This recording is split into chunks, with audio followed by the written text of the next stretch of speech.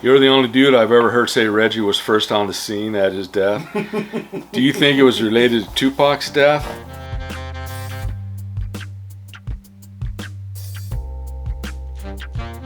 Hey, how's it going, guys? You guys have been leaving me comments and wanted me to answer some questions that you've been asking. So I'm going to go through my phone with my old man glasses on, and I'm going to scroll through them and try to answer them as best as I can. Another great video, Arnie. I have a few questions regarding your career in law enforcement. I would greatly appreciate if you can answer them, and I will understand if you choose not to. First question. How did you manage the adrenaline or stress you experienced at work once you clocked out to go home to be with your family? Well, that was tough, because I would say alcohol had to do a lot with it, PCP. and negative. But it kind of drove me to drink. Going to the local bar, not in the city of Compton, outside skirt, and drink till sometimes 5 a.m, man, and then get back up the next day and do it again, But I would advise, don't take that route.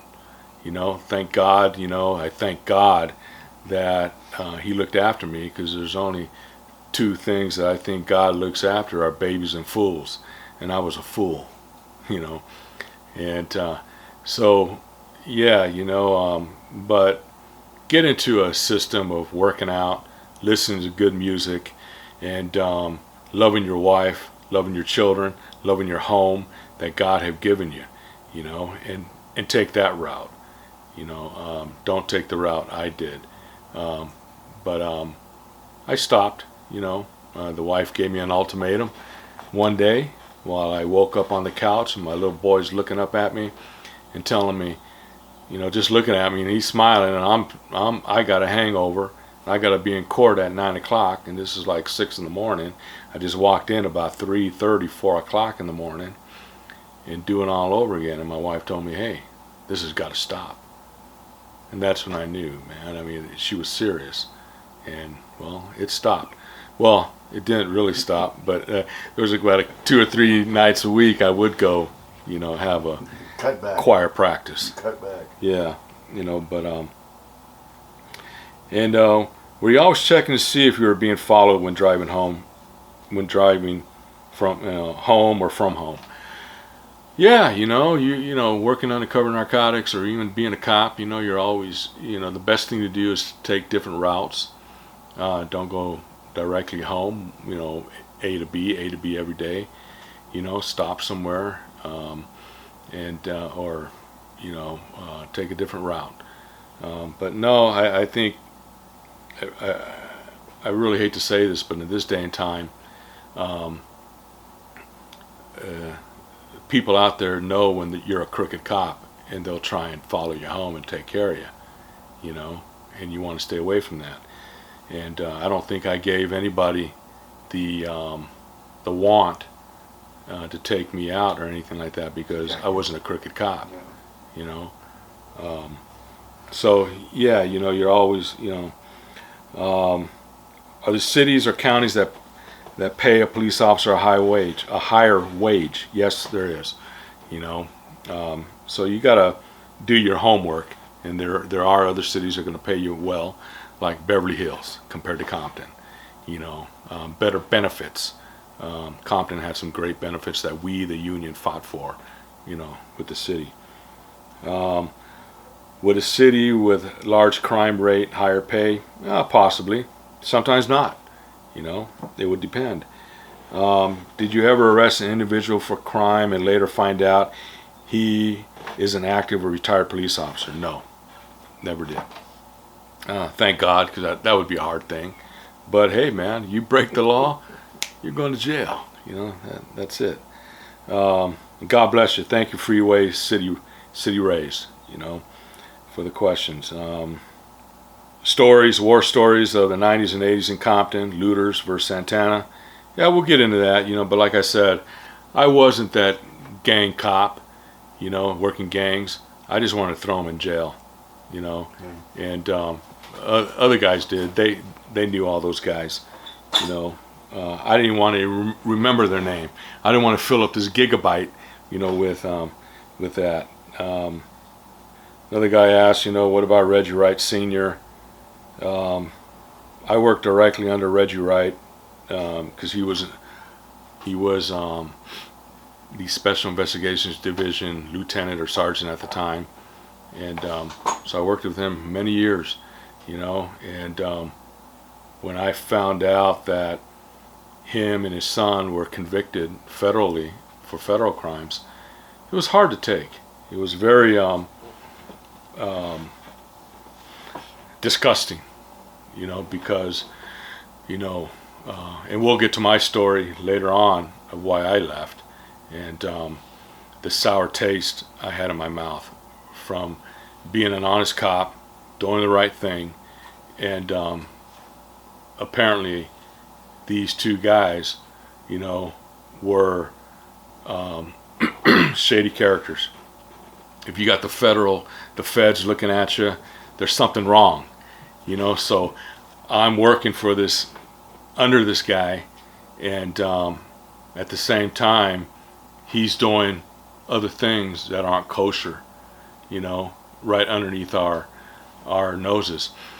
So it really it's not a good thing, so like the old saying is, John, oh, come on officer, let me go this one time.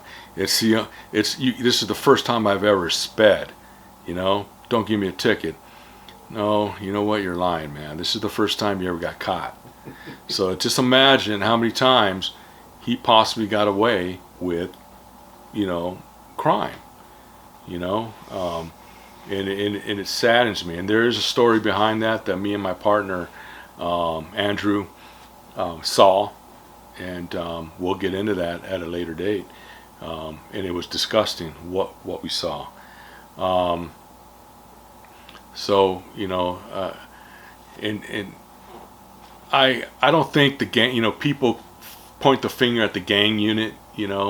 A lot of people point their finger at the gang unit that they were crooked as well. I can't say that. I mean, I'm not gonna. At least I hope they weren't. Really?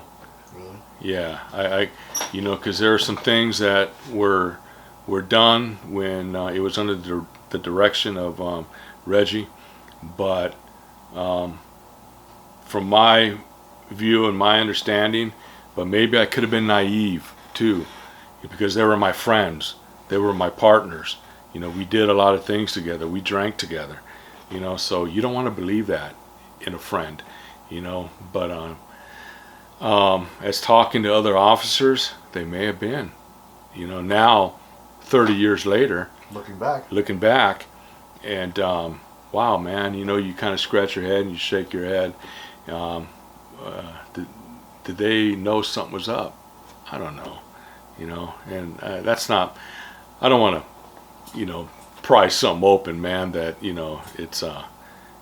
But other cops are telling me that, yeah, it was true. So I don't know. Please say more about Orlando's death. You're the only dude I've ever heard say Reggie was first on the scene at his death. Do you think it was related to Tupac's death? Those two cops say it was all dope related. Why hasn't anyone mentioned Reggie on scene at Orlando's murder?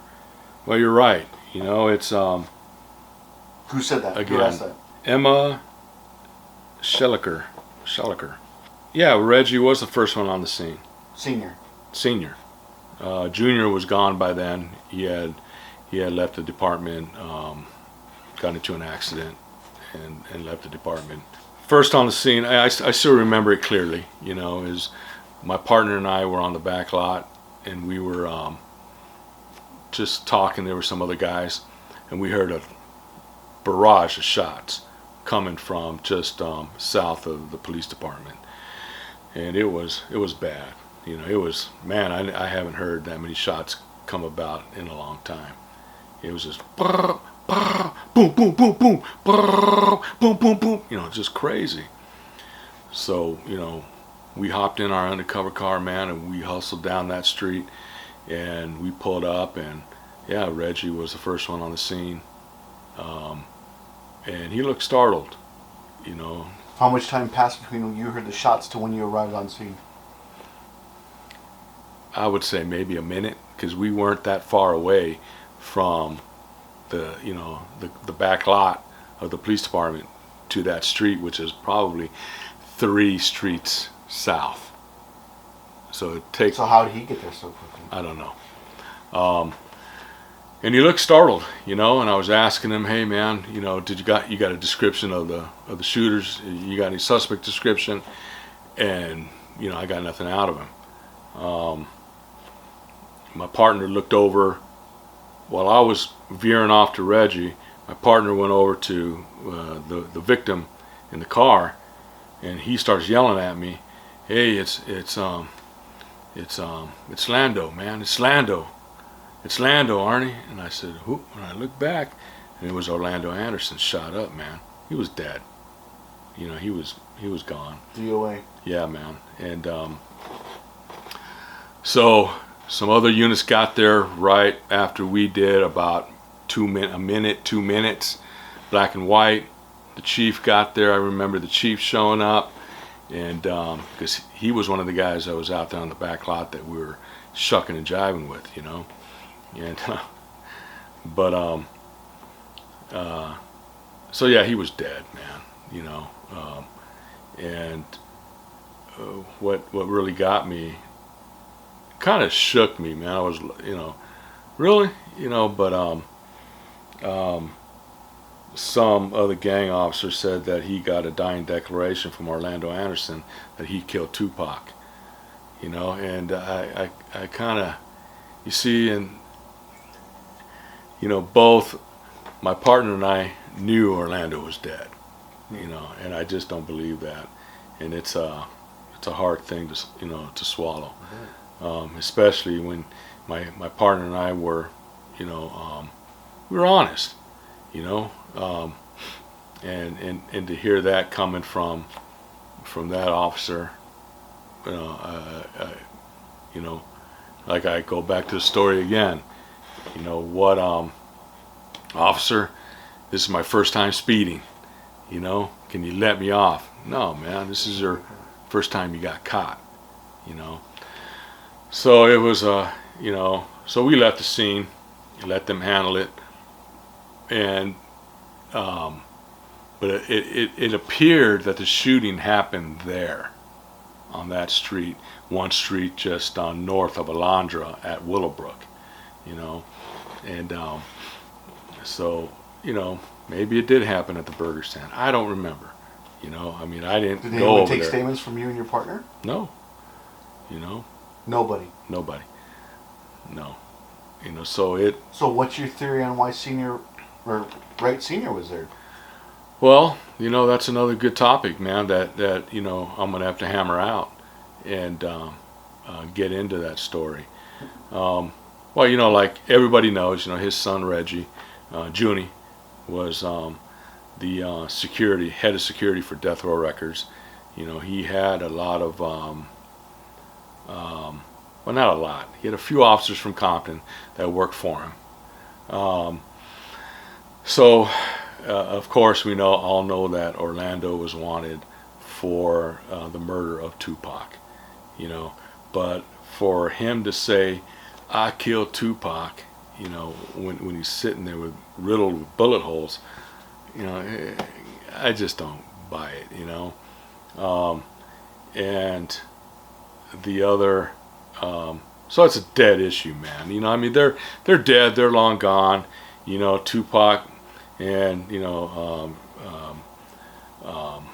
what's his name, Suge Knight, and some other guys there beat the crap out of Orlando in the hotel. We all see that, and I guess they hung around the area, ended up shooting Tupac, But all this, bullshit about Suge Knight wanted Tupac dead. Oh, come on, I don't buy that. It's just, Tupac at that time was ahead of the charts, man. He was making money hand over fist. Mm-hmm. Could have, you know, he was skyrocketing to the top. You don't get rid of your lead guy like that. I just don't see it. I don't buy it. But um, yeah, and for you guys that say, oh, we see Tupac over here, we see him over here. It's a bunch of bullshit, man. I seen him dead, on riddled with bullet holes, sitting on the laying on the gurney at the coroner's office, in photos and stuff, and yeah, he's dead.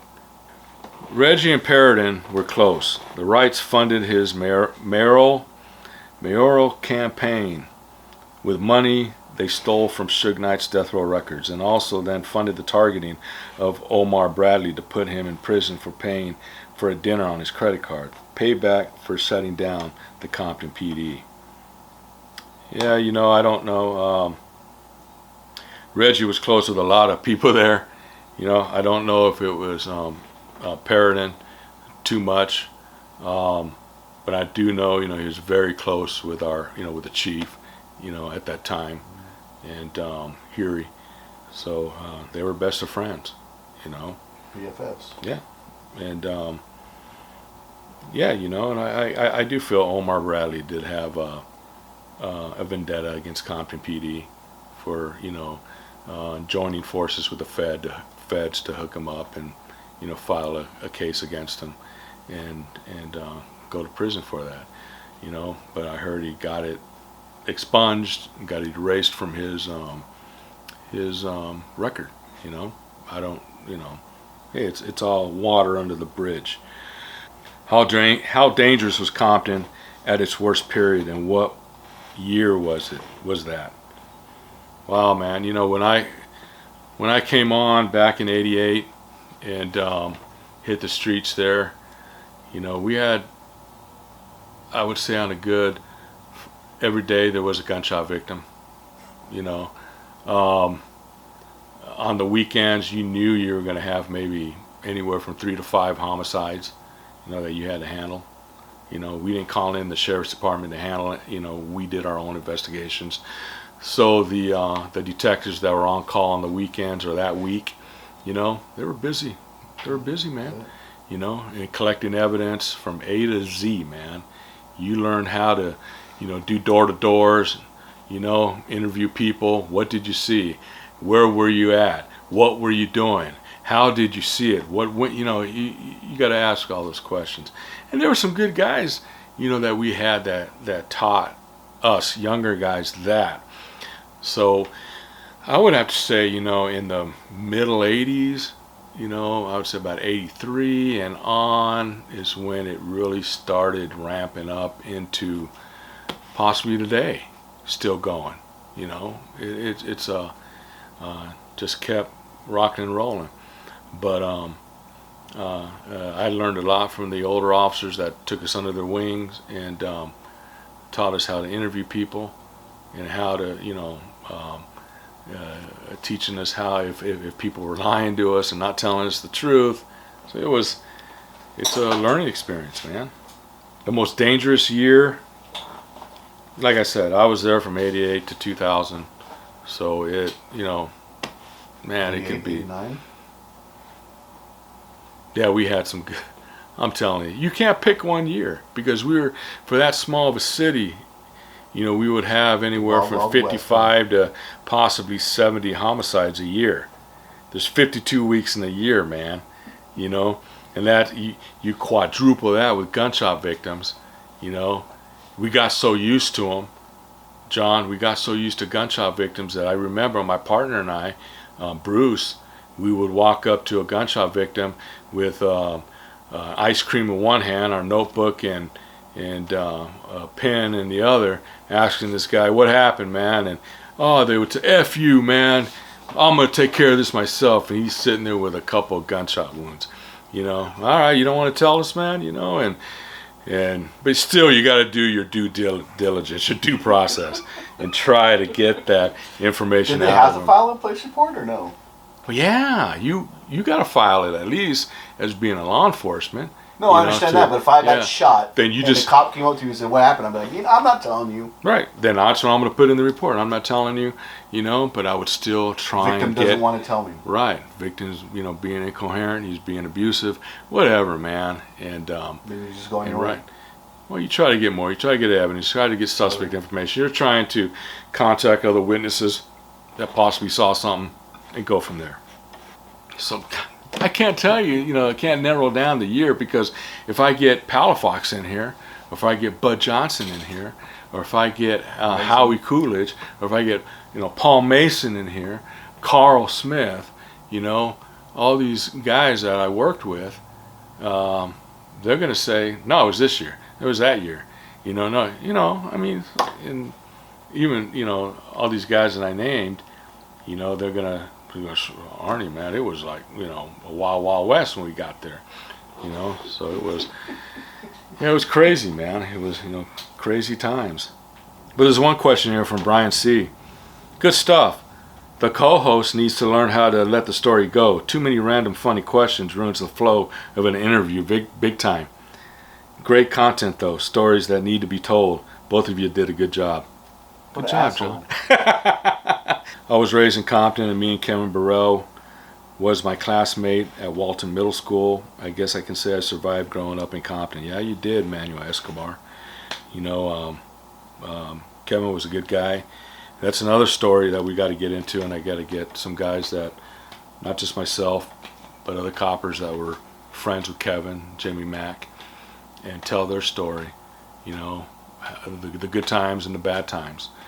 Paul has all that, and we've discussed it several times. Hopefully I can get him here, or we can get him on live stream, and to get it down on recording.